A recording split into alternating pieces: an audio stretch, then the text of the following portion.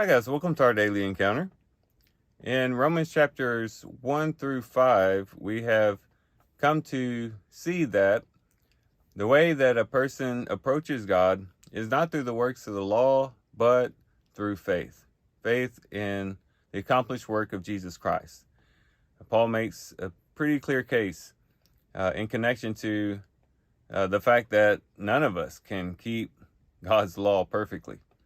In chapter 1, he shows that the Gentiles, people in general, did not keep God's law. They traded God for something else.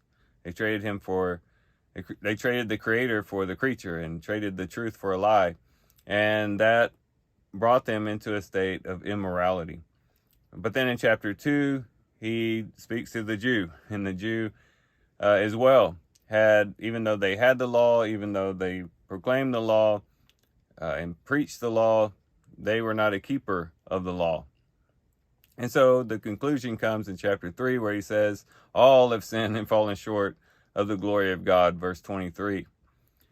And then he considers Abraham, who was a man who was justified by faith even before the law of Moses came. And then in chapter 5, a comparison and contrast between Jesus and Adam, and the way that righteousness can be imparted to us through Jesus Christ that will counteract what we experienced through Adam. But in chapter 6, the chapter that we read today, Paul deals with a question that might run through the minds of his readers. He says in chapter 6 and verse 1, what shall we say then? Are we to continue in sin so that grace may increase? So we're saved by grace. We're saved by God's loving kindness, his covenant faithfulness. But does that mean then that it doesn't matter how we live? And maybe even stronger than that, does it mean that the more that I sin, the more and more God is glorified, because God is able to dispense all the more grace? And chapter 6 is really all about dealing with that question. And he uses a lot of analogies, a lot of metaphors to show how this should not be the case, that just because we've been shown grace, we should not continue in sin so that grace may increase. And he gives a lot of reasons why that is the case. But what I'd like to do for the devotion today is kind of take what he says in chapter 6 and apply it to, or compare it with, the Exodus.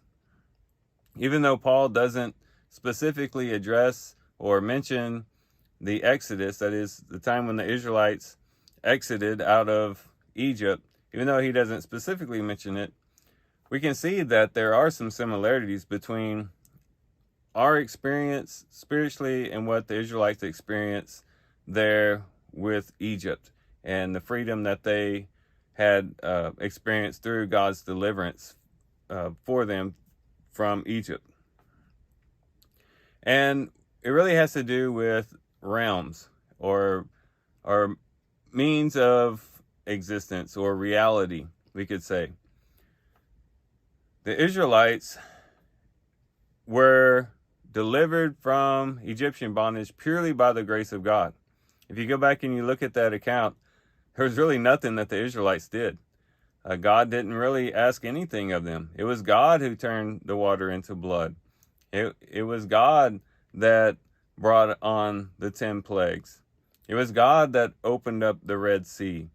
Matter of fact, he told them, just be still and trust in the salvation of God.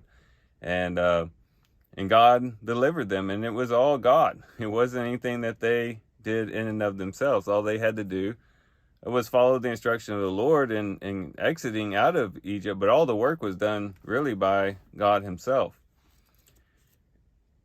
And so they were delivered. They passed through the waters into another realm, into another mode of existence or reality, to be the covenantal people of God, which was established at Mount Sinai in the wilderness. But what happened is that even though they got out of Egypt, Egypt didn't get out of them.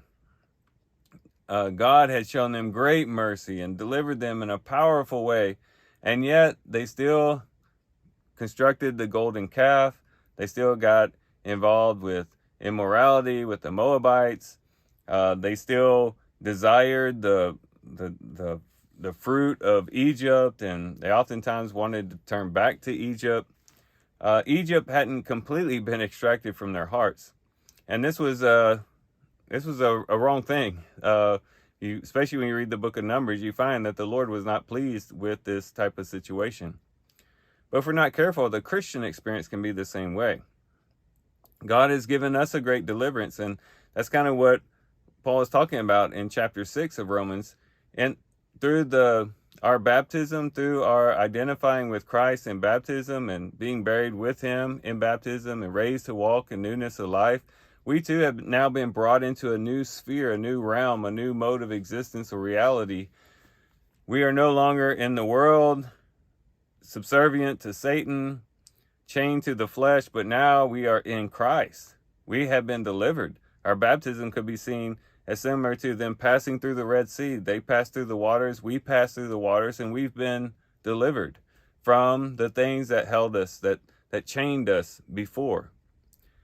But even though we've been brought out of that into a new realm, been brought into Christ, Galatians chapter 3, many has been baptized or put into Christ. Even though we've been brought out of that situation, still, the situation might be that sin still remains in our hearts. We might be brought out of the realm of sin, out of the realm of Satan and the world and the flesh, but oftentimes we still hold on to those things just as the Israelites did. And so Romans chapter 6 is saying we should not continue in sin so that grace may grace may increase, because we're in a different realm, in a different reality.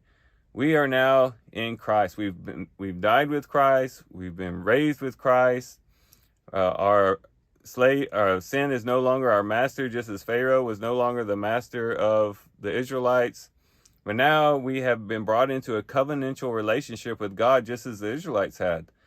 And so Paul is saying, no, we should not, to stay with the analogy, we should not go back to Egypt in our hearts. We should not bring with us the things that we did in Egypt, the approach to life that they had in Egypt, but to live under the new life that has been given to us.